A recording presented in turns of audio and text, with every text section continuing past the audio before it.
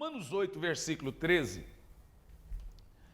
Acertando o pecado em cheio. No nosso Tadel aqui hoje, você sabe que nós temos um período de palavra e depois temos um período rápido da questão das células. Diz assim, Romanos 8 e 13. Porque se viverdes de acordo com a carne, certamente morrereis. No entanto, se pelo fruto, se pelo Espírito fizerdes morrer os atos do corpo, vivereis. Senhor, fale conosco, que não seja eu quem fale, mas que seja o Teu Espírito falando aos nossos corações. Nos ensine, nos instrua, pregue a cada um de nós. Irmãos, o pecado é o ato mais corriqueiro hoje no mundo. Não há um só país, não há uma só cidade, um só estado, um só local, um só bairro que possa dizer que não existe pecado. E o que é pecado? Basicamente ou tecnicamente, pecado é transgredir com a lei. Ou seja, tudo que a lei proíbe e você faz, você está pecando. Aquilo que não está na lei de Deus, no caso na Bíblia, e você faz, você está pecando? Não, você está cometendo uma impureza. Por exemplo, nós não temos na Bíblia a palavra pornografia, mas a própria palavra pornografia vem da palavra porneia, que é cobiçar, no caso aí os 10 mandamentos. Como que nós interpretamos que pornografia, pedofilia são termos modernos? Essas coisas são pecados se elas não estão embutidas nas leituras da Bíblia. Nós interpretamos pelo 10º mandamento. Tanto pornografia como pedofilia e outras coisas que estão ligadas ao pecado sexual visual, você não consegue cometê-los sem transgredir o 10º mandamento. Ou seja, você não vai cometer um ato de pornografia, que realmente não está na Bíblia, sem a cobiça. Ou você consegue se envolver em pornografia pensando no apóstolo Paulo e nos 195 açoites deles ou na cruz de Cristo.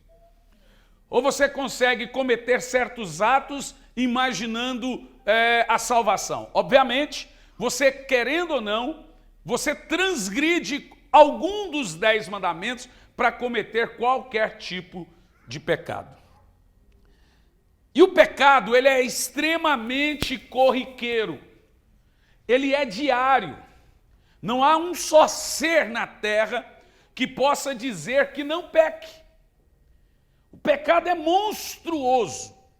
Aí eu pergunto, se o pecado é corriqueiro e o pecado é diário, e é um tema, um assunto corriqueiro e também constante, a pregação contra pecado deveria ser uma pregação corriqueira e constante.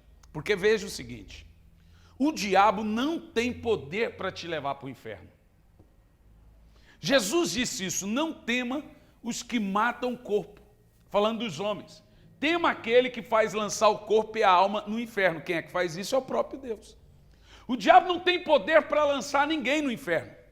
O diabo não tem poder para separar você de Deus. O diabo não tem poder para distanciar você de Deus. O pecado é o maior dos males. O pecado é pior do que o inferno, pior do que a morte, pior do que a miséria, pior do que a doença, pior do que o diabo. Não há nada entre céu, terra e inferno pior que o pecado. Apesar da Bíblia Sagrada nos dizer que nada nos separa do amor de Deus, nem morte, nem vida, nem altura, nem profundidade, essa mesma Bíblia diz que são os nossos pecados que fazem separação entre nós e o nosso Deus. Você percebeu que o pecado é o pior de todos os males. Nós aprendemos também que o pecado do cristão, ele é pior do que o pecado do não cristão. Porque o não crente, quando ele peca, ele comete um pecado que ele nem sabe que está cometendo. Ele peca contra uma luz, um conhecimento que ele não tem. O crente, quando ele peca contra a luz que ele tem. Por isso que Hebreus, capítulo 10, no versículo 26, vai dizer: se vivermos habitualmente na prática do pecado, já não resta mais sacrifício pelos pecados, e sim uma horrível expectativa de fogo ardente prestes a consumir os inimigos de Deus. Você percebe que os nossos pecados são pior do que os pecados dos ímpios. Eles não têm conhecimento, nós possuímos tal conhecimento. Mas ainda pior que isso, os nossos pecados, eles são piores que os pecados dos demônios. Porque o diabo nunca pecou contra o sacrifício de Cristo. E por que ele nunca pecou e nem os demônios jamais pecaram contra o sacrifício de Cristo? Porque Jesus não morreu por nenhum demônio. Jesus não morreu por anjos, gente. Nem os anjos do céu ele morreu por esses anjos. Jesus ele veio para os que estão doentes, para os que podem ser salvos. Jesus não morreu por demônios. Ele morreu pela raça humana, porque Deus deu o seu Filho para que todo aquele que nele crê não pereça, mas tenha a vida eterna. Deus amou o mundo de tal maneira. Deus não amou o universo de tal maneira, os anjos, os demônios de tal maneira. Jesus morreu por homens, por pessoas, por mim e por você. Então os demônios não pecam, jamais pecaram contra a cruz, contra o sangue, contra Cristo. Mas nós, quando pecamos, depois de ter pleno conhecimento, como Hebreus 10, 26 diz, porque se vivermos habitualmente na prática do pecado, depois de ter recebido o pleno conhecimento, já não resta mais sacrifício pelos pecados. Você percebeu? Depois que você conhece a verdade e opta por continuar na prática do pecado, já não tem mais sacrifício, porque Jesus morreu uma vez só por você. Quando você retorna à velha natureza, Jesus não vai morrer de novo por você. Você percebeu a seriedade dos atos e dos pecados que nós praticamos? O pecado é um monstro, é uma fera que cresce em proporção do que se alimenta. Eu estou espantado, eu estou assustado com o que o pecado está fazendo com a igreja do Senhor. Agora eu acabei de ler uma matéria que um pastor se suicidou porque acidentalmente ele mandou uma foto íntima, com certeza ele estava acostumado a fazer isso, e acidentalmente ele mandou uma foto íntima no WhatsApp do grupo da igreja. Obviamente, você sabe, você já mandou foto por engano para alguém? O negócio é tenso. Agora você imagina ele ter um... Ele tem um grupo que conversa coisas boas e espirituais, dá parabéns, pede oração, e vai lá e manda uma foto pelada. Eu sei que a gente pode... Eu até sei que é uma coisa grotesca. Infelizmente, eu sinto tristeza no coração, porque quando ele percebeu que mandou isso no grupo errado, veja, eu não estou sorrindo da situação do pastor, mas o ato terrível em si. Ele se matou, ele se suicidou. Nós estamos lidando com um problema sério em uma de nossas igrejas, não vou dizer aonde, com mais um caso de pedofilia. Seria esse o terceiro caso de pedofilia que nós já lidamos. Um deles, eu mesmo denunciei, o fulano está preso. Seria esse o terceiro caso de pedofilia. Eu estou assustado, abismado, com a facilidade daqueles chamados salvos cristãos que estão tendo em voltar a pecar e a pensar que isso é natural, que isso é comum e é corriqueiro. Esse fenômeno se dá ao fato também pela falta de confronto, falta de abordagem do tema e dos perigos provenientes de atos contínuos e corriqueiros do pecado. Bom, os cristãos, basicamente, eles têm duas obrigações. Como cristãos, nós temos duas obrigações. A primeira, mortificar a carne. A primeira, viver no Espírito.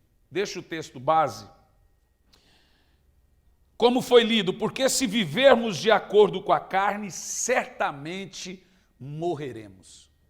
Mas se pelo Espírito fizeres morrer os atos do corpo, as obras carnais, o pecado do corpo, você vai viver. E nesse caso, um aqui puxa o outro. Mortificar a carne e viver no Espírito, um vai puxar o outro. Bom, queridos, é claro que Paulo não está sugerindo aqui que alguém consiga obter vitória ou obter vida por méritos ou algum favor de Deus pelo ato da mortificação. Eu sei que esse é um tema para Tadel, nós estamos aqui falando com líderes, mas eu entendo que nós, como líderes, devemos abordar constantemente esse tema. O apóstolo São Paulo deixa claro aqui, queridos, em primeiro lugar, que nada é mais natural para um cristão nascido de novo que mortificar os atos do corpo por meio da vida no Espírito. Paulo deixa claro que nós não podemos afagar nosso pecado. Nós devemos tratá-lo com rapidez e de um modo muito severo, porque o pecado, ele é severo. Mas Paulo está dizendo aqui que esses dois aqui, mortificar a carne e vida no Espírito, são características de crentes verdadeiros, que pretendem sim, de uma maneira certa, vencerem os atos do corpo. O que nós vamos abordar aqui, para entendermos um pouco sobre a situação e assim abordarmos os nossos discípulos? Primeiro, o que é mortificação? A mortificação fala de resistir o pecado, nem que isso doa. O escritor de Hebreus aqui, ele fala exatamente desse ato de mortificação, que significa, três coisas significa mortificação. Mortificar significa suprimir ou extinguir, abafar. Não é o ato de abafar jogando para debaixo do tapete. É o ato de suprimir, sufocar o pecado, para que ele seque na raiz. Como se ele fosse uma planta que você deixa de dar água, que você deixa de cuidar, põe ela ali, abafa, abafa, abafa, até ela morrer. É isso que é e que significa a palavra mortificar. Então, mortificar significa suprimir os nossos atos pecaminosos. Ou seja, mortificar fala de resistir o pecado, nem que isso doa ao extremo. Quando Paulo usa o termo mortificação, ele está falando abafar, sentir dor na carne, sentir pesar na carne, e ele diz, faça morrer, mortificar. Mata o pecado, suprima, sufoque, põe um travesseiro onde o pecado respira e faça isso. É isso que ele está falando dos atos do corpo. Em Hebreus capítulo 12, no versículo 4, o escritor diz assim, ó: na sua luta contra o pecado, vocês ainda não resistiram ao ponto de derramarem o próprio sangue. Você percebeu? Ou seja, a maioria de nós reclamamos de nossas fraquezas. A maioria de nós reclamamos, eu estou fraco, pastor, estou sendo tentado, pastor, estou aquilo. Mas o que o escritor está dizendo é que, na real, ninguém luta de verdade contra o pecado como deveria lutar. Ele diz, nessa luta sua contra o pecado, ainda não doeu no sangue. Você já jogou algum computador na parede? Você já... Veja, Jesus disse, se o teu olho te faz pecar, arranca o olho. Obviamente, ele não está falando do olho. Ele está falando de mortificação. Se certo tipo de filme é prejudicial a você, é melhor você deixar aquele prazer para ser salvo. Se você está lutando contra a pornografia e ainda não venceu a pornografia, é melhor você ficar sem internet do que perder a sua salvação. É isso que ele está falando. Fala de sentir dor no corpo. Não é de você ficar murmurando contra a sua carne, murmurando contra a sua natureza. Murmurando. Essa era a mensagem que eu iria pregar na ceia no domingo. Deus quis que fosse só para vocês aqui. Mas que seja, né? Murmurando, eu não consigo, eu não sei aquiloto, a minha carne é fraca. A Bíblia diz que na realidade não. Você ainda não sentiu dor a ponto de derramar o próprio sangue para não pecar. Inclusive essa interpretação levou a Igreja Católica ao tal do automartírio, derramar o sangue, de se autoflagelar. Não é disso que o escritor está falando.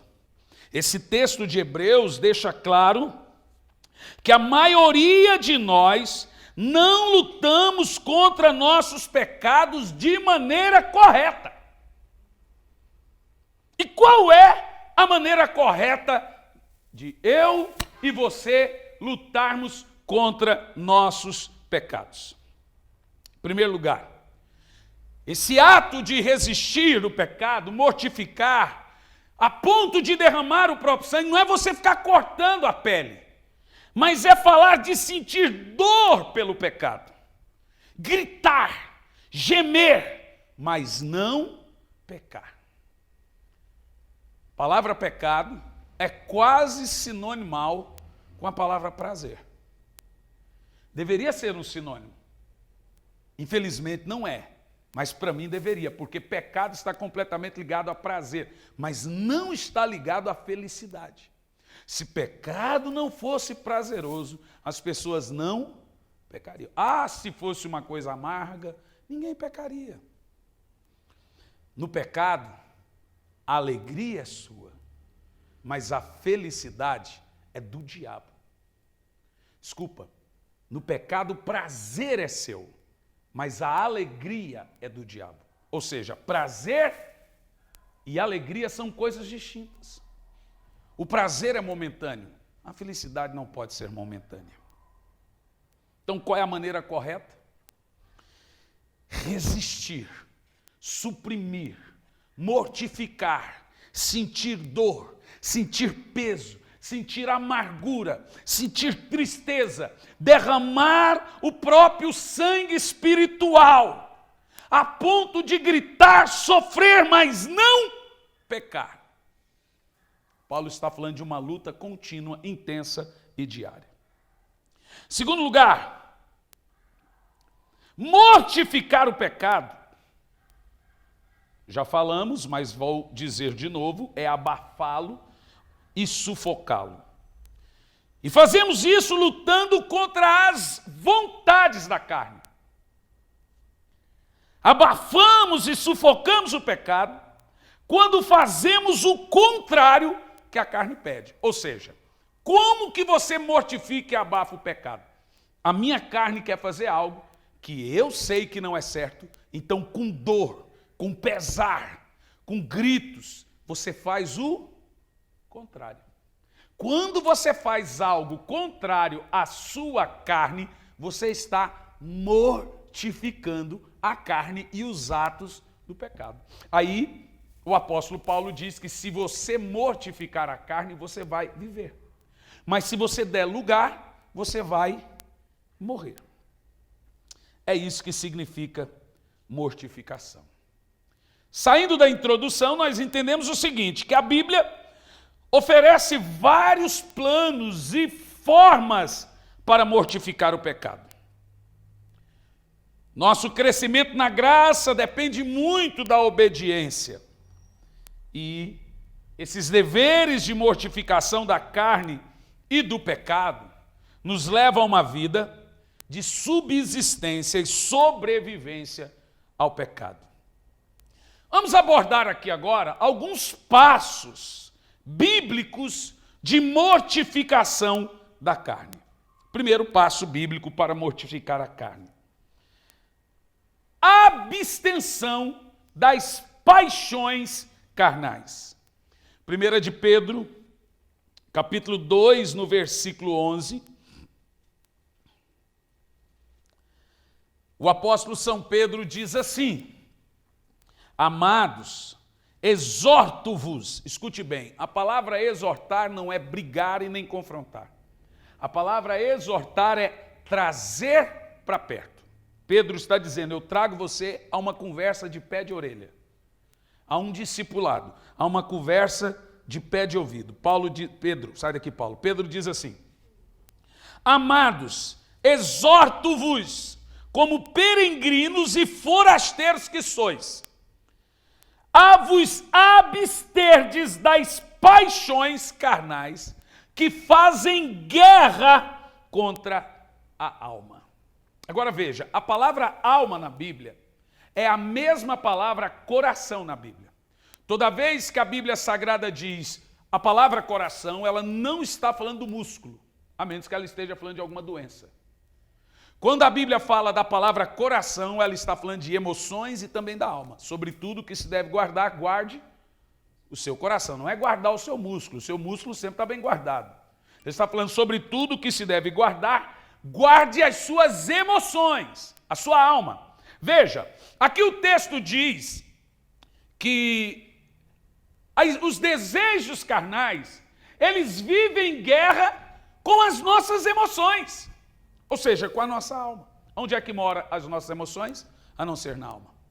As vontades de pecar, que são vontades naturais, mas de uma velha natureza, que está dentro de você tentando ressuscitar a cada dia. A cada dia tem um Adão dentro de mim querendo bater ou matar alguém. Aí o que você faz? Você mortifica o negócio. Você engole seco, você deixa passar, você suporta, você põe na mão de Deus. E sossega, sossega. Ontem eu estava pregando no Rio de Janeiro e estava me assistindo lá o jogador do Flamengo, o Diego.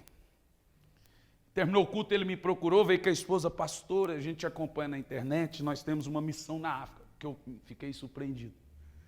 A esposa dele me mostrou as fotos lá de Moçambique, falou: pastor, a gente quer conhecer seu projeto. Falei assim: mas primeiro eu quero falar para você da minha ferida que eu tenho no coração com você, rapaz. Porque você dançou, fez o gol e dançou em cima do símbolo do meu time em 2002. Então, antes de qualquer coisa, eu quero primeiro derramar a minha alma e expressar a vontade de te esganar. Porque quem não lembra daquele campeonato de 2002 que o Santos foi campeão, nas oitavas de finais, que o Diego fez o gol e dançou em cima do símbolo do São Paulo, lá no Morumbi. E agora domingo tem São Paulo e Flamengo. Falou: pastor, você me abençoa para o jogo de domingo? Falei: de domingo não.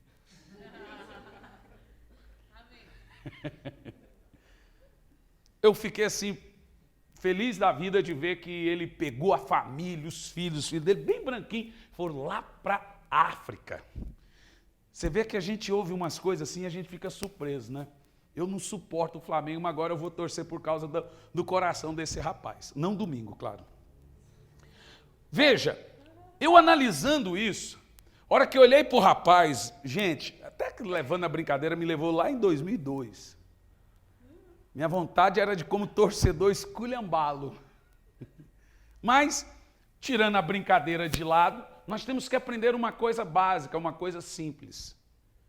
O cristão que mortifica a carne, ele tem por natureza deixar passar. Engolir sapo, engolir seco e acalmar a sua alma. E por que você acalma a sua alma? Porque o texto deixa claro que os desejos carnais, o propósito final deles é entrar em guerra com as suas emoções, com a sua alma. É fazer a sua alma ficar corrompida, danificada, destruída. Ó, como cristãos hoje vivem deixando que as paixões da carne assumam o controle da sua alma. É deprimente isso. Então, você quer mortificar as paixões carnais que entram em seu coração?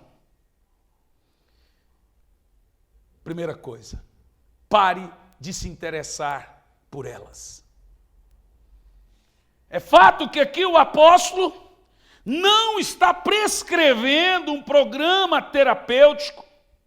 Ele não está sugerindo que tal pecado deva ser tratado como um vício ou como uma doença, como hoje o pecado é tratado como doente. Um pedófilo é doente, né? Um assassino é só um psicopata, tadinho. Pedro não está dizendo para tratar o pecado como um problema, como um vício, como uma doença.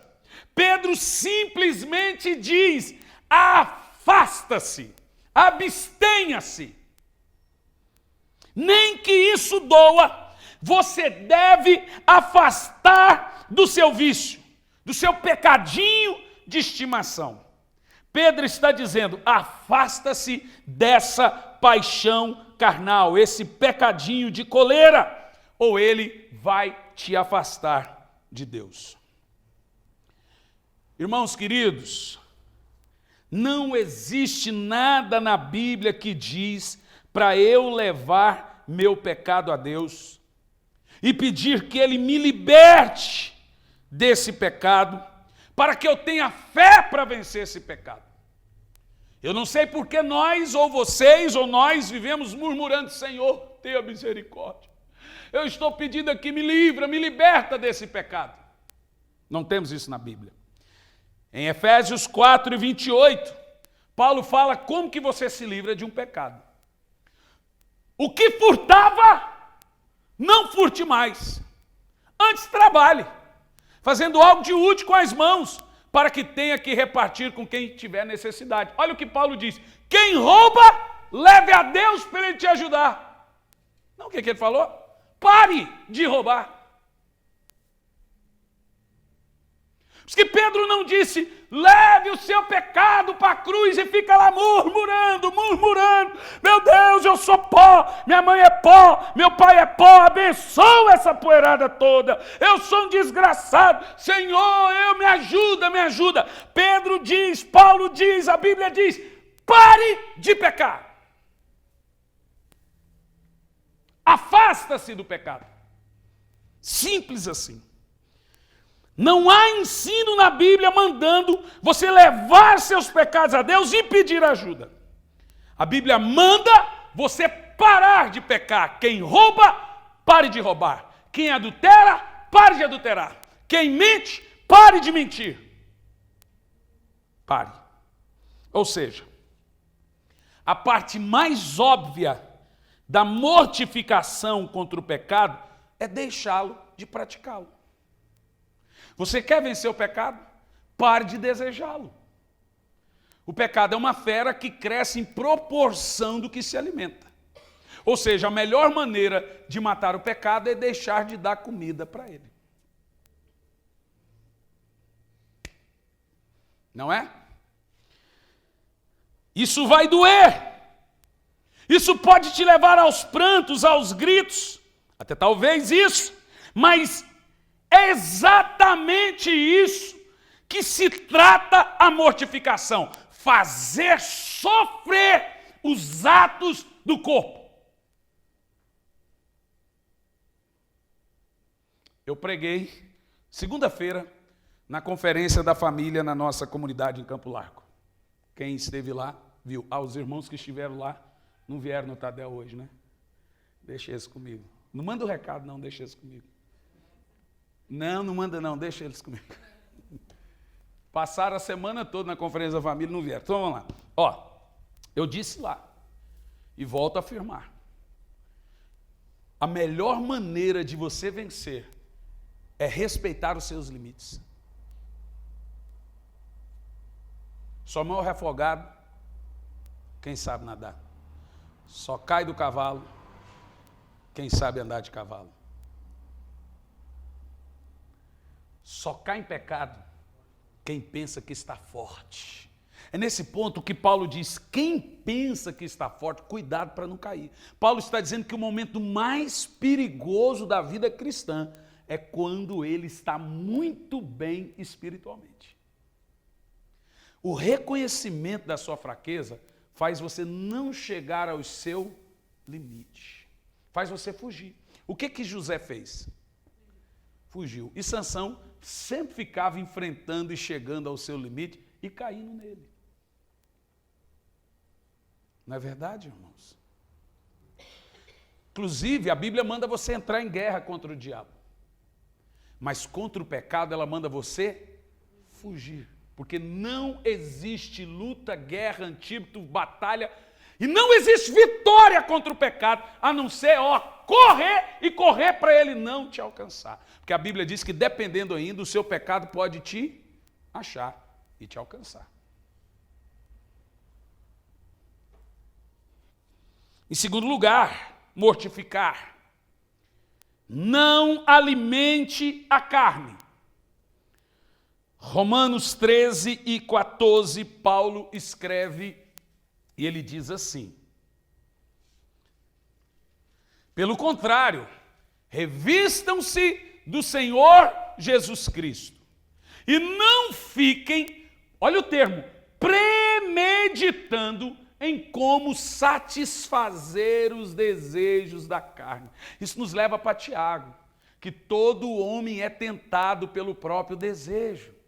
Quando este o seduz e o atrai, ele bota um ovinho, dando um filho chamado pecado, que vai terminar e gerar em morte. Você entende o que eu estou pregando?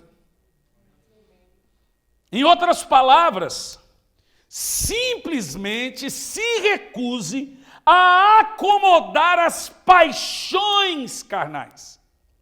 Por exemplo, se você sabe que sua fraqueza é sexualidade, evite filmes ou cenas picantes. Se você sabe que sua fraqueza é língua, pare de assistir programas de fofoca.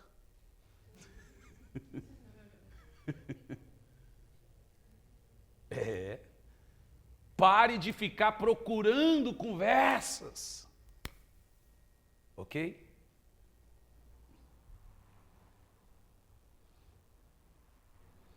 Se o seu problema é temperamento explosivo, evite discussões. Fuja. Corra das discussões. Se você não quer cair, evite andar por terrenos escorregadios. Você conhece a sua fraqueza. É ali que você vai escorregar. Então não ande por aquilo. Ou seja, não alimenta a carne. O Adão está ali morto, mas a qualquer hora ele pode ressuscitar.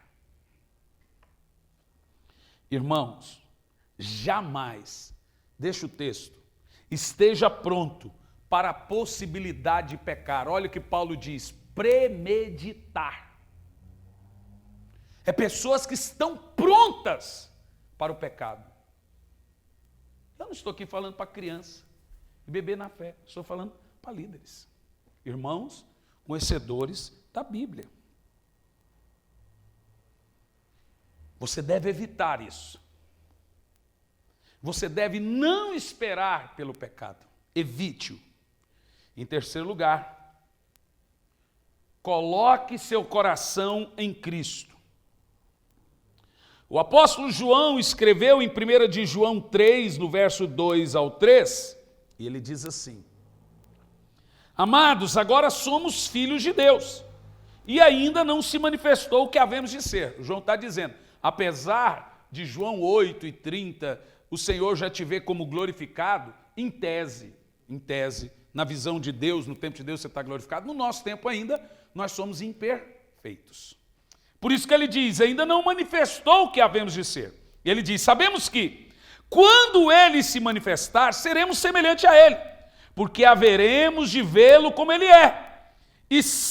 E a si mesmo se purifica todo o que nele tem a esperança, assim como ele é puro.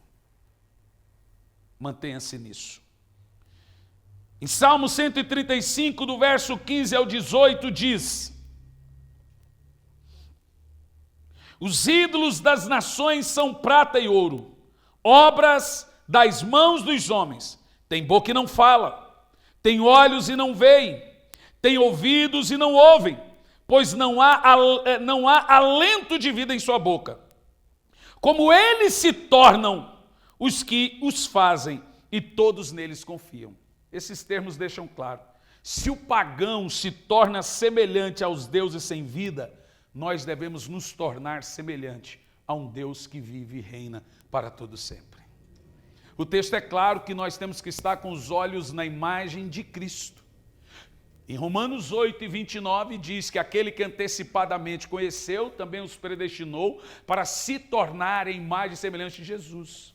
Ou seja, o projeto de vida do Senhor para você não é lhe dar um carro. Ele pode te dar um carro, eu creio nisso. Não é lhe dar uma casa, ele pode dar. Eu creio, gente, sinceramente eu creio. Eu não sou, no mundo muçulmano tem o xiita, no mundo evangélico tem o xaato. Eu não sou o xaato que pensa que o cristianismo tem que ser só o sofrimento e que desconsidera as bênçãos de Deus. Eu não sou desse ponto. Eu realmente creio que Deus prospera, que Deus enriquece algumas pessoas com propósito, diga-se de passagem. Ok? No entanto, o maior projeto de vida de Deus para você é que você seja parecido com Cristo. E essa não é uma tarefa fácil. Aí serve aquele velho clichê de tarde da bênção. Em seus passos, o que faria Jesus? Né? Aquele culto assim, em seus passos. Jesus faria isso, irmão, o que você faz? Como Jesus reagiria assim? Como Jesus faria assim? Isso ainda serve. Porque nós devemos nos tornar a sua imagem, a sua semelhança. A Bíblia diz que o adorador se torna semelhante àquele que adora. Não é o que diz ali? O pagão fica parecido com o falso Deus. E o cristão deve ser parecido com Cristo. Em quarto lugar, medite na palavra de Deus. O salmista escreveu em Salmo 119, no versículo 11: guardo no coração as tuas palavras. De novo, a palavra coração não é músculo. Guardo na alma, guardo nas minhas emoções a tua palavra, para não pecar contra ti. O Senhor disse a Josué, em Josué 1, versículo 8, não cesses de falar do livro da lei, antes medite nele dia e de noite, para que tenhais cuidado de fazer tudo quanto nele está escrito.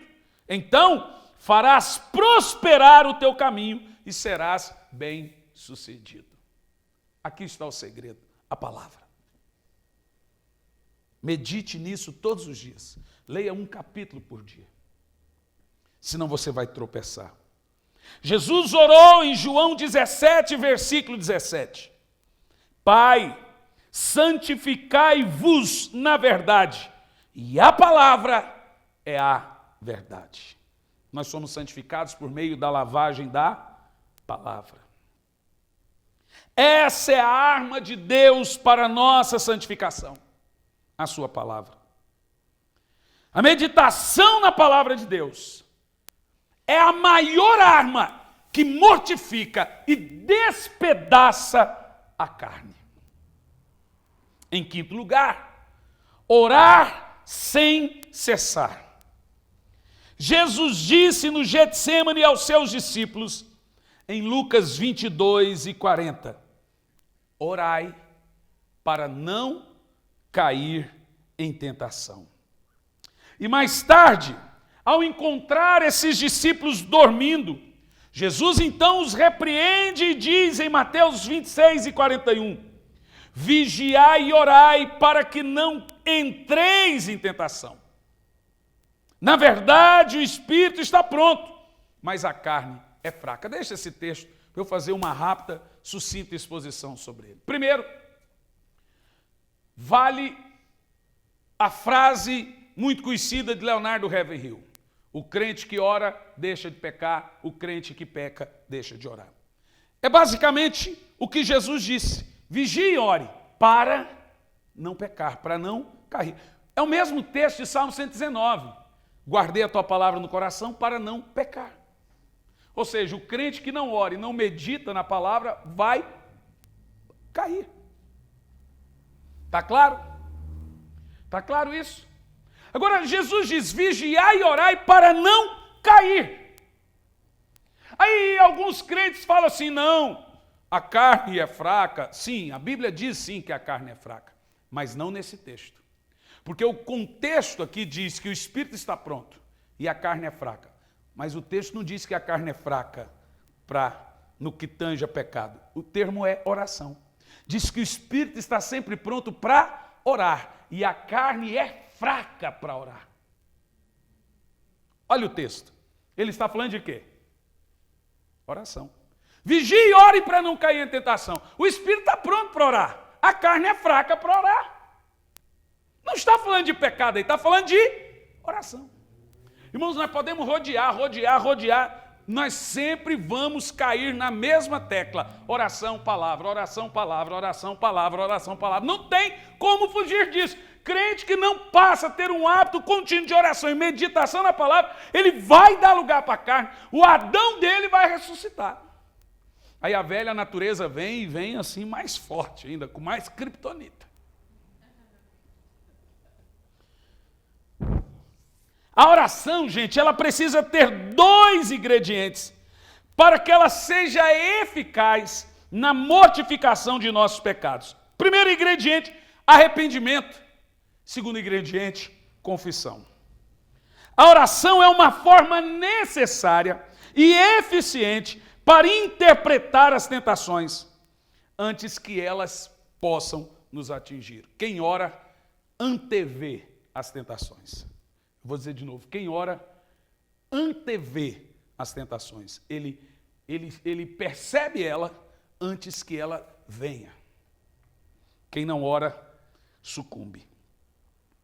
A oração tanto nos fortifica, como ao mesmo tempo enfraquece a carne. Percebeu o efeito duplo que tem a oração e a meditação na palavra? Ela fortalece o espírito e enfraquece a carne. Porque a carne não quer orar. Orar é chato, irmão. Você já viu que tem hora que você está orando? Você já teve aquele momento de oração que você dorme, você acorda e fala: Senhor, abençoa meus pecados, Senhor. Senhor, abençoa Deus, Senhor. Já viu, não? É quando você ora meio dormindo: Senhor, abençoa meus pecados, Senhor, eu te abençoo. Quem já abençoou Deus na oração aí? Quem já abençoou seus pecados na oração? Ou então depois de meia hora você está glória, glória, glória, a oração fica gói, gói, gói, gói. O aleluia fica lelô, lelô, lelô, lelô. Porque a oração, gente, é uma mortificação absurda. Ô coisa chata pra carne. Mas, irmão, você quer destruir e mortificar a carne? É só orar. Veja, se você pudesse matar o mal pela raiz no que tange ao pecado, você mataria? Qual é a raiz do pecado? Eu tenho que terminar. Qual é a raiz do pecado? Vamos ver, Romanos 8, verso 26. Aonde nasce o pecado? Você vai ver que tem como antevê-lo. Veja que a oração, ela antevê a tentação. Diz assim, ó: da mesma forma o Espírito nos ajuda em nossas fraquezas. Pois não sabemos como orar. No que se consiste a nossa fraqueza? Aonde nasce o pecado? Na falta de oração. Agora, quando você ora, você antevê as tentações, antevê o pecado e você mantém-se resolutamente de pé. Sabe por que nós oramos? Porque nós conhecemos as nossas fraquezas. Eu já brinquei aqui, brinco várias vezes, eu me conheço. Eu preciso orar. Eu tenho que sempre orar. Não é fácil, gente. Porque se fosse fácil orar, Jesus não teria ensinado a orar. Inclusive foi a única coisa que ele ensinou foi a orar. Ele não ensinou a pregar, expulsar demônio, curar enfermo, ele só ensinou a orar. E ele disse, quando orares, entra no quarto, no carro e fica orando em espírito, no avião. Quando orares, entra no teu quarto. Como diz nosso pastor, o pastor Eibe, TSD. Você retira tempo para estar no salão, você retira tempo para viajar, você retira tempo para ir no shopping. Você deve tirar tempo para estar com Deus. Senão, irmão, eu disse essa semana para minha esposa que o diabo é repetitivo. O diabo é um bicho trouxa. Mas e por que o diabo é repetitivo? Porque ele sabe que nós somos repetitivos também nas falhas. Então ele sabe que ele não precisa fazer muito. Então o diabo ele não precisa mudar a estratégia, porque nós não mudamos as fraquezas. Veja, se o diabo destruir sua vida de oração, ele já fez mais da metade. O diabo não precisa pôr uma mulher no seu caminho. Ele precisa parar, fazer você parar de orar. Ora, se o diabo chegar e falar assim, pare, ou então beba essa cachaça, que cachaça é bom, cachaça é um negócio bom, o camarada que é crente vai falar, rapaz, para cima de mim. Você quer me convencer a beber essa chorarreta aí, capitão? Então o que o diabo vai fazer? Ele vai fazer você parar de orar. Irmão, se nós formos fracos na oração, nós seremos fracos em todo o resto. Ele não precisa fazer muito. Por isso que a Bíblia fala orai sem cessar, porque nós pecamos sem cessar. Ok? Está claro isso? Diga comigo, a oração é o mais duro golpe na carnalidade. A oração é a maior arma para a mortificação. Agora, em sexto e último lugar, veja que orar sem cessar é diferente de vigiar e orar. Identifique as circunstâncias que te levam a pecar. E ore, pedindo ao Senhor força, não murmurando pelos pecados. Amém? Ore pedindo ódio santo vindo de Deus contra o pecado. Ore para que Deus lhe mostre a condição real do pecado que está no seu coração, que às vezes nem você conhece. Olha o que Davi fala sobre esse tipo de oração em Salmo 19, no verso 12 ao 14. Ele diz assim, ó, quem pode discernir os próprios erros? Quem pode? Absolve-me dos erros que estão ocultos, daqueles que eu ainda não conheço. Também da soberba, guarda teu servo, que ela não me domine. Então serei irrepreensível e ficarei livre de grande transgressão. As palavras dos meus lábios e o mediador do meu coração sejam agradáveis na tua presença. Senhor, rocha minha, Redentor meu. Davi diz, livra-me dos pecados ocultos, que nem eu sei que existe. Por isso que a gente tem que orar. Que a gente peca até dormindo. A gente peca até quando a gente não peca. E eu concluo aqui. Quando um pecado não é mortificado. Primeiro, o pecado não é mortificado quando ele é encoberto. Entenda, você não pode esconder seus pecados para dentro dos seus pensamentos. Deus vê, Deus ouve e Deus sente nossos pensamentos. Não adianta você não cometer seus pecados, mas se ao menos desejar eles, você não mortificou. Para Deus, você praticou. Se um homem desejar uma mulher no coração, Mateus 5, verso 22 a seguir, para o Senhor Jesus, Jesus disse que ele já cometeu o ato de adultério. É isso que Jesus fala em Mateus 5, do verso 21 a seguir. O pecado não é mortificado quando, essa aqui é terrível, quando ele é trocado por outro pecado. Essa troca acontece muito na igreja. O camarada vem para a igreja, ele abandona um tipo de pecado e adquire outro. Ele troca de pecado. Já percebeu? Quem já percebeu isso? Qual é a vantagem de trocar a concupiscência dos olhos pela concupiscência da carne? Qual é a vantagem de abandonar a fofoca e aderir à guludice? Qual é a vantagem de trocar o adultério pela maledicência?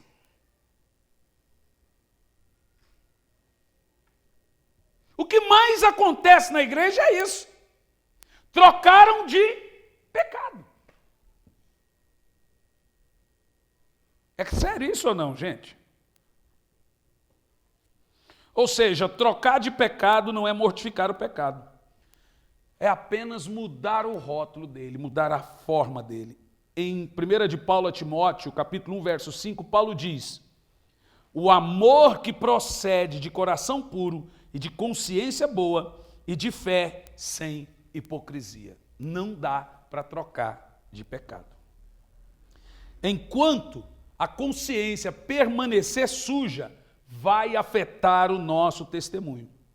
Aqueles que tentam fugir da culpa, não confessam adequadamente o seu pecado, podem não ser limpos completamente de seus atos pecaminosos. Quarto, o que não é mortificação? O que não é mortificação?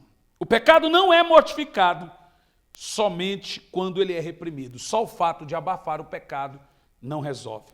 Devemos trabalhar com o nosso pecado corajosamente, acertando ele em cheio. Não é só tentar reprimir. Subjugar um pouquinho só não é suficiente. Devemos tratá-lo como um inimigo mortal, que de fato ele é. Essa é uma tarefa para toda a vida. Vamos orar a Deus. Fique em pé.